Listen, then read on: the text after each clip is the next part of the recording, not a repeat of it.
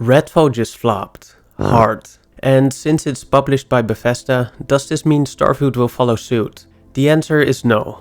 That's because Redfall is only published by Bethesda, but not made by them. The reason this confuses people sometimes is because there are two Bethesdas.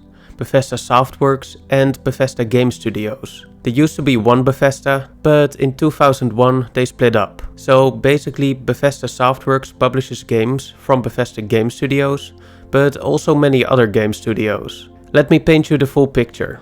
On top we have Microsoft, who owns Xbox Game Studios, where ZeniMax Media is a part of.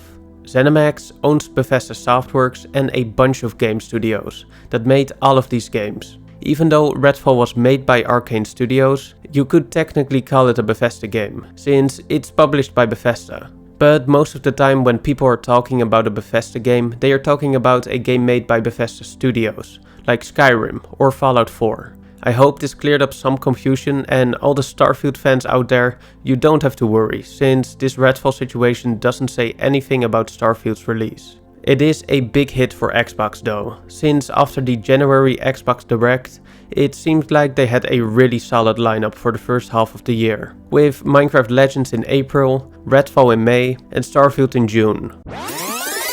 And Starfield in September. Minecraft Legends was okay, and Redfall a complete disaster. So now it seems like the stakes for Starfield have risen even more, and it is the only thing that can save Xbox's reputation for this year. Because this is a Starfield channel, I wanted to address this first, but now let's discuss why Redfall got the reviews that it did. And I haven't played Redfall myself, so I'm going off other people's reviews and the gameplay I've seen. Let's start with the point that everyone was the most worried for, the performance. This ended up not being the worst problem by a long shot. It's certainly rough but playable, and we can't forget about the bugs. Lots and lots of bugs.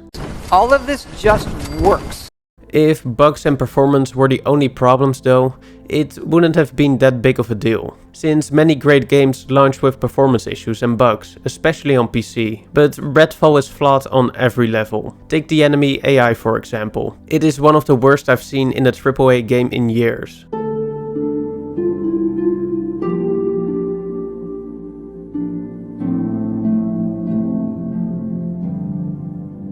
The humans are so stupid you can just punch them to death. And the vampires are easily defeated by standing behind an object, like a car. Yeah, this is the hardest difficulty by the way. Even this big scary boss is no match for the Ledge.